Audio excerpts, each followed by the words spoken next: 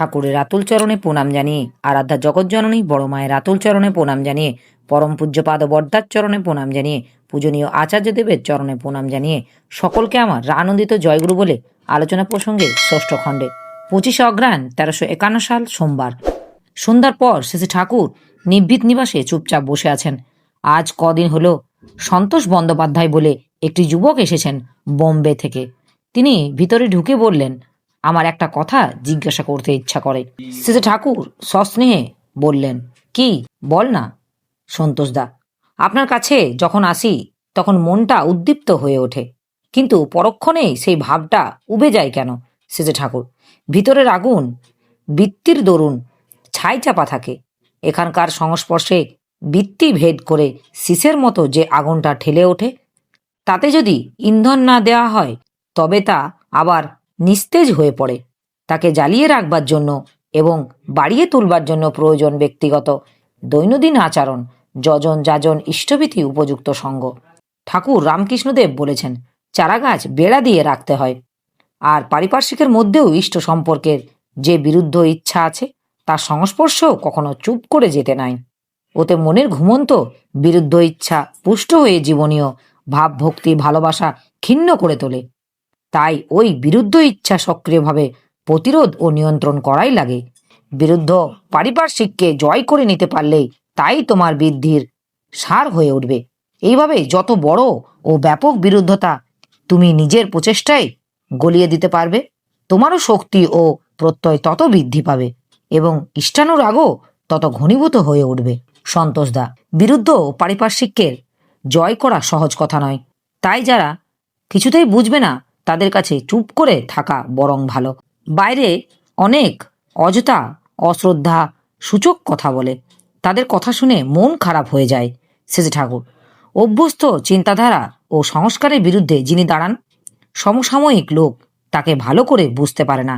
বুঝতে না পারার দরুন বিরুদ্ধ সমালোচনা করা অসম্ভব না, কিন্তু প্রত্যয় উদ্দীপী যুক্তিসঙ্গত পথে মাধুর্যমণ্ডিত পরাক্রমী ভঙ্গিতে নিষ্ঠানন্দিত গুরু গৌরবে অমৃত উজ্জ্বলে তুমি যদি ওই সমালোচনার যথোচিত উত্তর দিতে, তাদের প্লাবিত করে দিতে না পারো, তাহলে তোমার আদর্শ তুমি চালাবে কি করে?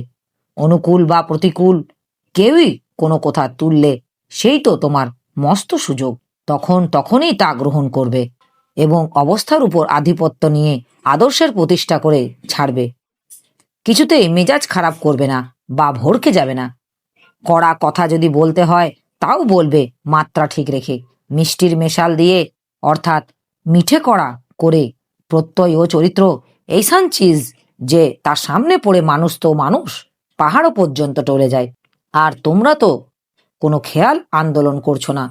তোমরা যা করছো তাতে ত্রিভুবনে বা সপ্তস্বর্গে যে যেখানে আছে সকলেই পরিপ্রুতি হবে। তাই আমি জিজ্ঞাসা করি, কেন তোমরা লোকের সঙ্গে হেঁকে ডেকে বলবে না তোমাদের কথা? কেন তোমরা সামান্য বাধায় মুষড়ে পড়বে?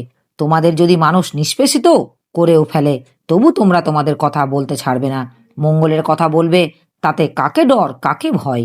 তোমার সম্বন্ধে লোকে কি ভাববে সে সম্বন্ধে কখনো ভেবো না। সে তো স্বার্থপরতা। কাপুরুষতা। কাপুরুষ হবে কেন? বীর হও, বিপুল ব্যক্তিত্ব সম্পন্ন হও। শ্রী ঠাকুরের প্রাণ মাথানো কথায় সন্তোষদা খুবই উদ্দীপিত হয়ে গেলেন।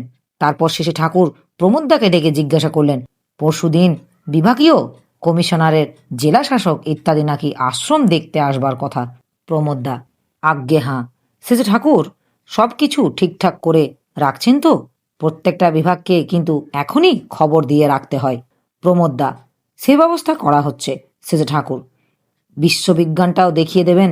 সব কিছু ছিমছাম পরিষ্কার পরিচ্ছন্ন যেন থাকে। কমিশনার আসলে শুধু তাকে নিয়েই যেন ব্যস্ত থাকা না হয়।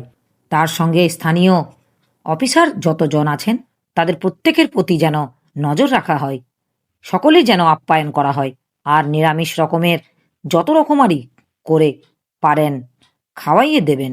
সুধাকে কন, ভেলকুর মাকে কন, আর জিনিসপত্র জোগাড় যন্ত্র করে দেন। কাঁঠাল যদি জোগাড় করতে পারেন খুব ভালো হয়। গল্পচ্ছলে স্থানীয় পরিস্থিতির কথা ওদের জানিয়ে দেবেন। লোকজন আনিয়ে পতিত জমি চাষ করে অধিক খাদ্য ফলাবার আন্দোলন চালাতে গিয়ে আমরা কিভাবে অকারণ লাঞ্ছিত হচ্ছি তার বিবরণটা ভালো করে দেবেন। কারখানাটা ভালোভাবে চালু রাখবার পক্ষে কি কি অসুবিধা আছে তাও বলবেন। সামনে উৎসব আসছে, স্থানীয় পরিস্থিতির দরুন বাইরে থেকে লোকজন আসতে যে শঙ্কা বোধ করে তাও জানাবেন। স্থানীয় কর্তৃপক্ষের কাছে সব রকম সাহায্য সহযোগিতা চাইবেন। আরও অনেক কথা বলার পর শ্রী ঠাকুর বললেন, আমি যে কথাগুলি বললাম এর একটা কথাও ভুলবেন না। ভুলে যাওয়ার সম্ভাবনা থাকলেই লিপিবদ্ধ করে রাখা ভালো। প্রমোদদা বললেন, আচ্ছা। শ্রী ঠাকুর জিজ্ঞাসা করলেন, এখন বাইরে যাব নাকি? প্রমোদদা, তা চলেন। শ্রী ঠাকুর হাসতে হাসতে বললেন, তাহলে সরোজিনী একটু তামুক খাওয়াইয়ে দেও, শীতের মধ্যে একটু গরম হয়েই বাড়ায়। আমার এই আলোচনা প্রসঙ্গে কিছু ভুল ত্রুটি হয়ে থাকলে আপনারা আমায় ক্ষমা করবেন। উপস্থিত দাদা, ভাই, বোন, মায়েদের আমার রানন্দিত জয় গুরু।